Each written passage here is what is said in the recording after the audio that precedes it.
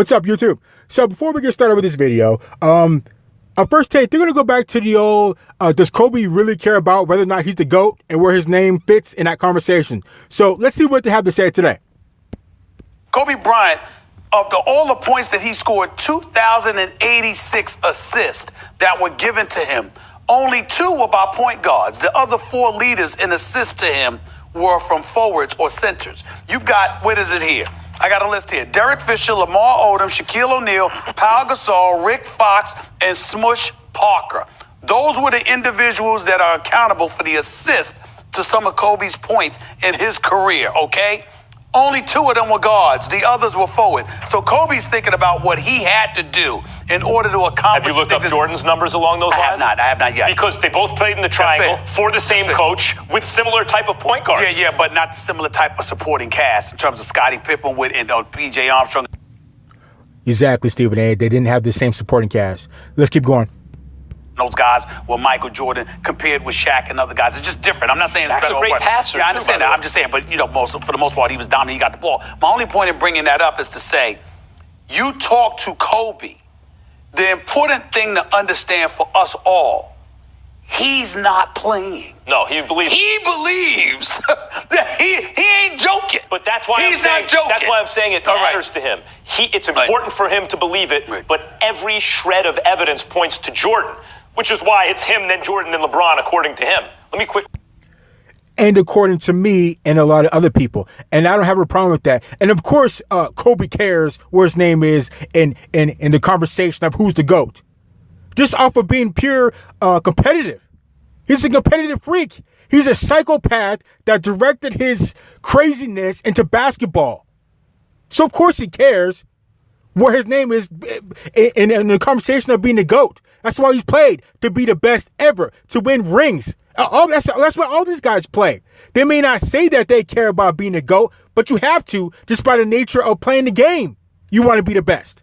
So let's keep going. Say, Kobe's also told me, what if Jordan came in the league with Wilt Chamberlain, right? Because that's what happened with Shaq and him. And he, points that out to say, it's difficult for me to prove my case. I was playing next to the modern-day Wilt Chamberlain. My response to that is if Phil Jackson had Michael Jordan and Wilt Chamberlain on the same team, they would win the championship every year. Jordan won the championship every year in under 7 games. He'd win it in under 4 games. Jordan and Wilt, they called the series off after 3 games. It's a massacre. All right. I completely agree with you there, Max. It is absolutely disgusting how many rings Shaq and Kobe won together. They should have had at least 7 or 8. They should have dominated the time that they played together. They should have dominated the early 2000s. But because of their egos got in the way, they missed out on getting maybe 3 or 4 more extra rings. There's no reason why Kobe Bryant and Shaquille O'Neal should not have dominated the NBA the way Michael Jordan did. So if you played from what 2000 to about 2010, that should have been Kobe Bryant and Shaquille O'Neal time. That should have been their reign. Those 10 years were locked down. Just like MJ locked down from what 91 to 99, 95, somewhere around there, 90 to 99. Well, let's go from 90 to 2000. If you played basketball around that time, you got screwed over by MJ, and he took 2 years off. So he really should have had 8 rings in a row. So I completely agree with Max on that. If Wilt Chamberlain and MJ played together, it would have been a wrap. They would have been just as bad, if not worse, than what Kobe Bryant and Shaquille O'Neal should have been. They should have been that. But those egos got in the way. And that's what I'm kind of scared of what's happening with the Golden State Warriors. You guys have a good thing going. You guys have a dynasty. But people's egos, people are running their mouth. Draymond Green and Kevin Durant getting into fights. Forget all that. Just win rings. Who cares about who said what about you? Win rings. You can sort all that out later once you guys are retired. It just doesn't make sense. But let's keep going. Hold on, I want you guys to go somewhere with me. So first answer this question for me. Let's set aside Kobe for 1 second. Do you think Michael Jordan cares about this debate? Does he care about being compared to LeBron James? Does he care about winning the GOAT debate? No, not directly. And what I mean by that is this, and I've explained this to Max on several occasions and various others. It's not that they care about the individual comparisons. They care about the criteria. When LeBron retires, it's not going to be, and you have somebody else on the come up that we're saying is better than LeBron. It's not that he's going to look at the individual player and say, oh, that guy's better than me, or he's not better than me. He's going to look at the criteria. He's going to look at the style of play. He's going to look at the times that we're living in. He's going to look at the rules that favor a particular offensive play, or a system rather. Like today's game is much softer than the games back in the day. You understand that Steph Curry wouldn't have been what he is because they'd have hurt him.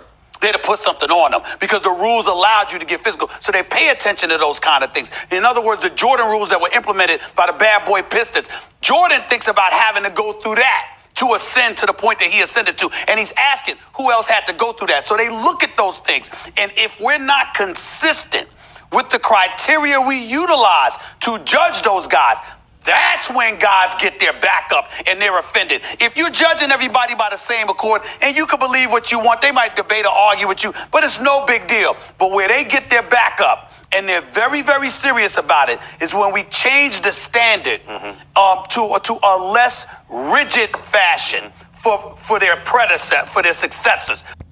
So I can understand that, Stephen. I can definitely understand that. But at the same time, I like to look at it all points of views. At the same time, it's not everybody's fault that they're playing in a different time. Like the time that MJ played, he played when you could literally get beat up on the court and you wouldn't catch T. You could literally get beat up on the court and it's okay. Kobe played on a tail end of being able to get beat up on the court and have it be okay to when he retired. You couldn't really touch anybody. And LeBron, really, his full career was pretty much on, you can't get touched. So they're playing with two different criteria. It's not really anybody's fault because you can't control what time period you're playing. But still, if you put everything together and if you hypothetically, I guess, put all these players together and the way they play, then you could probably make that judgment. And also, MJ does care where his name is at, no matter how you want to put it. Whether you want to put generational or does he care where his name's at just in normal conversation. MJ cares where his name's at anywhere in any type of conversation of being a GOAT. He says he might not, but he does. Just like Kobe, just off of being pure competitive. Like I said, Michael Jordan is a psychopath that, just like Kobe, that directed his craziness into basketball. I said again, Michael Jordan and Kobe Bryant were psychopaths that directed their energy and their focus onto playing basketball. That's where they became the best at what they do. So let's keep going. That's when they have a problem with Jordan guys. cares about it, but I want to relate a story that Stephen A. told me once about Michael Jordan. Sure. And this is my version of like sports pornography, practically. It's my favorite sports story of all time. Michael Jordan used to infuriate his opponents before big games. He would do things off the court to infuriate them. And when Stephen A. told me this, I said, of course, this is what Muhammad Ali used to do. You want to get under their skin, throw him off his game. Stephen A. said, no. Jordan used to tell me I wanted them to hate me so they were the best versions of themselves. And then he would destroy them. So that when I beat them, they knew I beat their best. Michael Jordan spends his time nowadays watching LeBron James, thinking, how would I defend him? He is psychotically competitive, defectively competitive. The reason that I bring up Jordan, I want to bring Kobe back here now, is I think there are people that pay attention to this. I think it does fuel some. I think they're fueled by anger and a burning desire and edge. And then there are those who know what they can control. So I don't mean to cut off Will Kane, but I'm going to cut off Will Kane. Anyways, so Michael Jordan, do you know how disgusting that is? Do you know how absolutely disgusting and scary that is? That Michael Jordan, he doesn't want you at your weakest. He doesn't want you to kind of bring your A game. He doesn't want you to, be maybe fighting at 80, 85% so he can still beat you and get the edge on it. That man wants you at 100%. He will help you to get to being 100%. So when he plays you, when you go against each other and he beats you down like a savage animal, when he gets medieval on you and beats you so bad that your kids won't want to play, even on PlayStation, let alone in real life, he beat you that bad that there are no excuses. You were 100% when I beat you down. That's scary. That's scary that man wants you to beat you that bad. You have no excuses. That's scary. That's another level. That's a special kind of psychopathic. I don't even know what to call it, but that's scary. Let's keep going.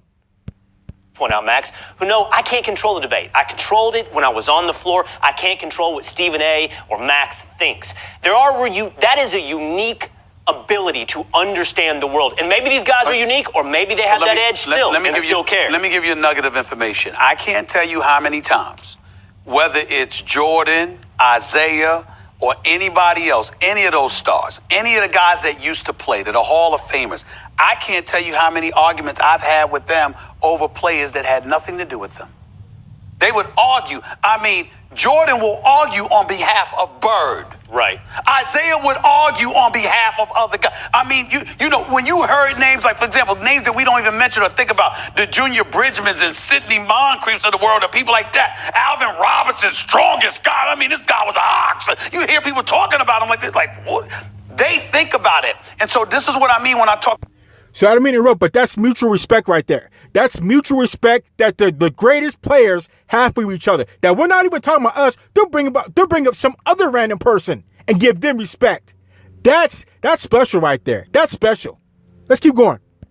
About them protecting the culture and the history, Real quick, because they're going to hold you accountable for the standard that you held them to. They want you to hold it to LeBron and others. Real quick, Jordan went for 6 championships because Magic had 5. That was the modern era record, right?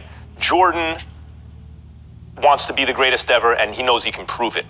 This is why Kobe doesn't want to debate it. He knows in his heart he's the best ever, but he can't prove it. But do you think it burns Kobe that more often than not, the debate is MJ versus LeBron? Of course. Kobe. So it burns him, Will Kane. It burns him because actually what it is right now, the reason why the strong thing is LeBron versus Michael Jordan as being the GOAT, it's because people are living in the moment. People are living in the moment. LeBron's playing right now. Kobe's not. So LeBron's in the news. So, of course, he's the hot topic to compare it to Jordan. But before LeBron got there, before LeBron jumped on the scene, it was Kobe and Michael Jordan. And mixing him with a couple other guys, but generally, it was Kobe Bryant and Michael Jordan. So just wait till LeBron retires and someone else comes up. It's going to be them and Michael Jordan and LeBron James left behind and Kobe Bryant kind of left behind or mixed into the mix. So I think when you hear that, it's nothing but people living in the moment with LeBron James versus, Michael Jordan. So all the real people know, the real ballers, the real people know that Kobe Bryant's right up there with MJ. Right up there. So let's keep going. Kobe is an intellectual. He doesn't have much patience for what he considers to be idiocy. He definitely values those that paved the way, that played in a different time in a different system. No old school guys that value him, because Kobe's a guy that believes that they value him more than they value somebody like LeBron. Like we talked about Jordan. You remember Woj interviewed Giannis the other day. And Giannis talked about, I'm not trying to be friends with anybody. I'm going up against it, right? Remember when he said that? Yeah. Well, guess what? Kobe wasn't that kind of guy, right? Giannis is not that kind of guy, right? Who is that kind of guy? Who befriends everybody? LeBron. Hugging everybody, singing.